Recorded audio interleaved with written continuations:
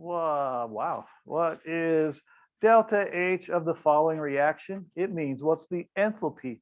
Or really, it means how much heat is gained or lost in a reaction.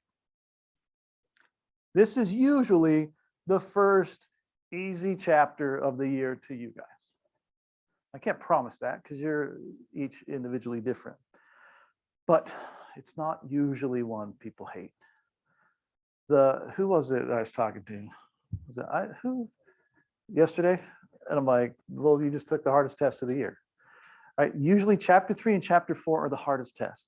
They're not the hardest concepts by any means, but it's like you had to climb a cliff to get somewhere. We finally got to the top of the cliff and there's some hills, but there's no more straight ups. So just kind of hang in there. I know some of you will drop, and that's fine. It does not hurt my feelings. But most of what we do from now on is not as awful of what we've been doing. Now, stoichiometry and moles and stuff like that, that carries on all year. It relates to heat, because if we need to know the amount of heat that is produced in a reaction, we're going to need to know how much stuff there is, and moles measure stuff, right? Because every single one of you in here knows that if you burn 2 logs instead of 1, how much heat you're going to get out? Not moles. Twice as much heat. Everyone knows that, don't we? More wood on the fire, more heat comes out. Thumbs up there. Now we measure how much wood we put in by moles. Okay, so anyway, there's other stuff you're going to watch in the video that leads you up to slide 37. But I just looked over here. I'm like, we can do slide 37 right now. All right. Hopefully these are words you've heard before. You must absolutely know this definition. It will make more sense if you've never seen it after the video, but here you go. A process is endothermic when delta H is positive. Most of the ed puzzle is about a short video of just a really hot ball put into water. And that sounds really stupid, like what? But it teaches what I want you to know. Okay, a process is endothermic when delta H is positive. We will do math to calculate delta H.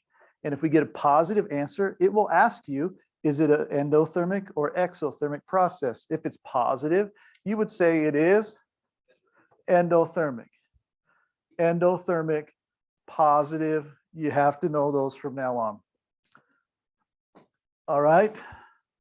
So if delta H is a plus sign, it's endothermic.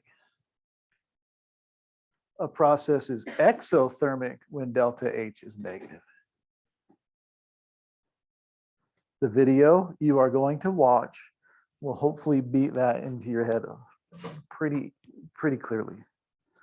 Now, by the way, the video, you cannot fast forward it, but download video speed, whatever it's called.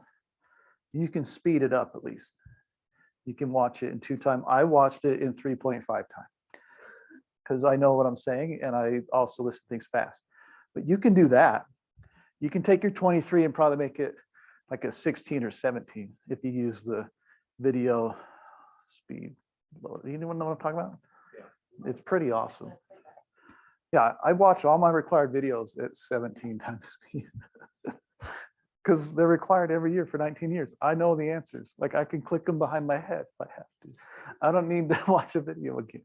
Okay, moving on. None of your parents work for HR, right? Yeah, I did every time, bro. Okay, so negative, it's exothermic. You with me? Okay. Well, let's just look right here, this question. Nope, you need more than that. Okay, this is so awesome that we're already to the math. It's not hard. All right, the change in enthalpy. Now we need to talk about delta. Delta comes from math. That is called the delta sign. And it's really important that you know what it means. It means the difference or the change, but I want you to absolutely know it means the final minus the initial. And that'd be like whatever values we're talking about. If we're talking enthalpy, it would be the final enthalpy minus the initial enthalpy. It is always this order. It's how we end minus how we started. You okay with that? So when my paycheck comes in, that, like, let's say we'll pretend I have $10,000 in my bank account when my paycheck came in, right? But before it did, let's say I had $6,000. So what would my delta be? 4,000, positive or negative? Positive. My bank account gained $4,000.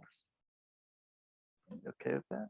It'd be endothermic because the money entered my bank account.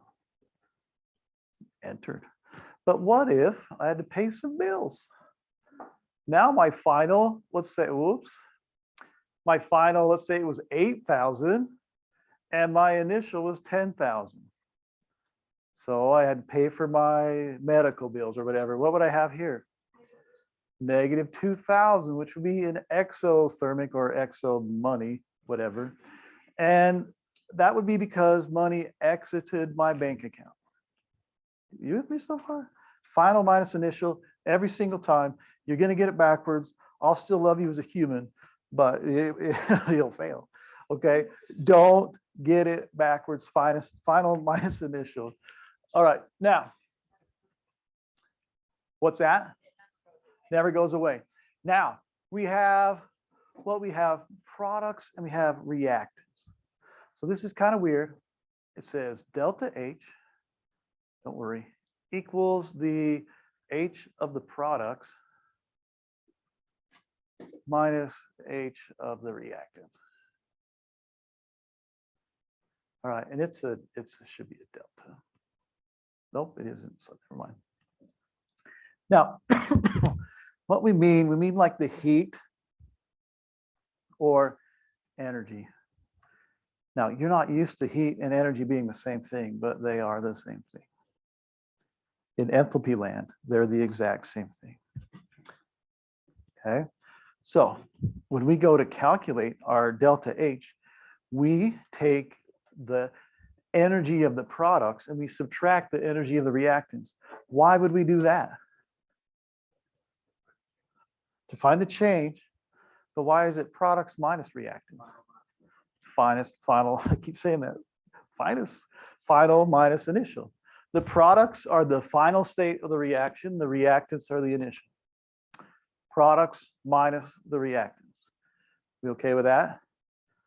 Okay. So let's say that I burned some wood.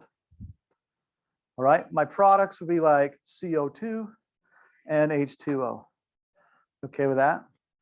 And I don't need to know this, but just whatever.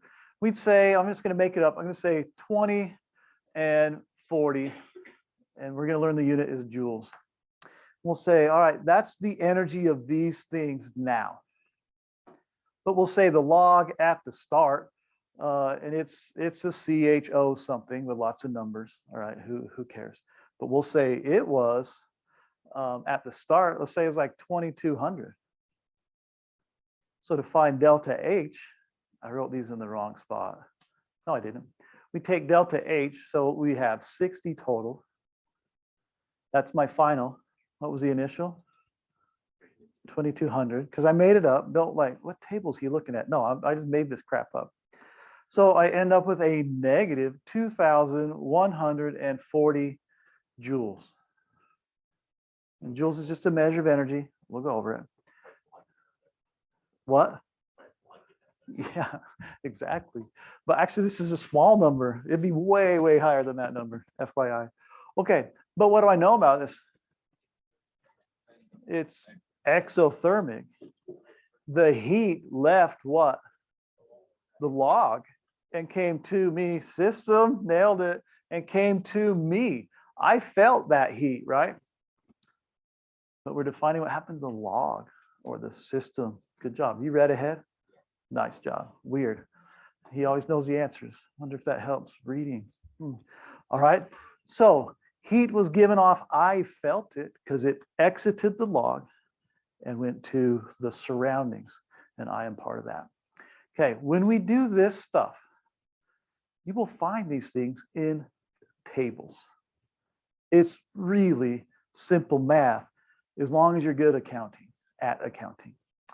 All right, so we call this delta H the enthalpy of reaction, or in English, it's the heat given off when a reaction happens or taken in. There are endothermic reactions, but it's the heat given off or taken in, and it can be easily calculated. Here is an example of a balloon that probably had hydrogen in it, has to have. Then they put an ignition source, it reacted with the oxygen in the air to make water. Here is the energy of the water molecules. Here's the energy that the H2 and O2 had, and the change, the enthalpy, it went down, so it was given off, which means it was exothermic. If you see fire, it's exothermic. Because fire produces what to you? Heat. It came out. It exited the system, this reaction, and came to me. All right. Now, I wanted to get at least here today, and I did. Now, I know you don't even know what enthalpy is still. You're like, it's just heat, okay? But here are some things that are absolutely true. I recommend taking a picture of this. Enthalpy is an extensive property, which goes back, hold on. Yep. Okay. Well, I can't really hold those very well because my shoulder sucks.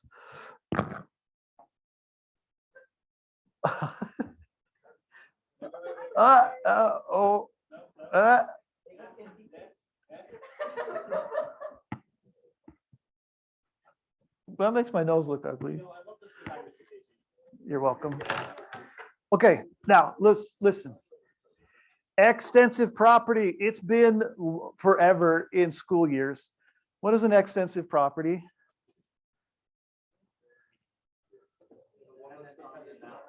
What?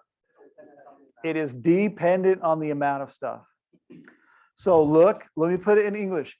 The heat produced is dependent on how much stuff you have. 2 logs gives you twice as much heat as 1 log. That's not too hard. All right. Enthalpy for a reaction in the forward direction is equal in size but opposite in sign to the reverse. So what that's saying is if you go from A to B and it produces 50, then if you flip it, B to A must need 50. That's not hard. And this is like a question that's worth 5 points. Like it's a lot because you'll do an answer and the answer is, if I remember right, Columbus, it's negative 1492. And then the next question is like, what would it be in the reverse reaction? And your answer would be positive 1492. If you don't know what I'm talking about Columbus, then study history more. All right, delta H, this one's a little bit trickier. They depend on the state of the products and the state of the reactant. So what that means, if I have an ice cube that I'm going to react, like water, solid, or a gas, the energy that the ice or the liquid or the gas has is different, right? It's at a different temperature. So in a reaction, the state of the stuff matters. Okay, you have to watch that video. It closes out. I love all of you. Hopefully this will make sense after you watch that.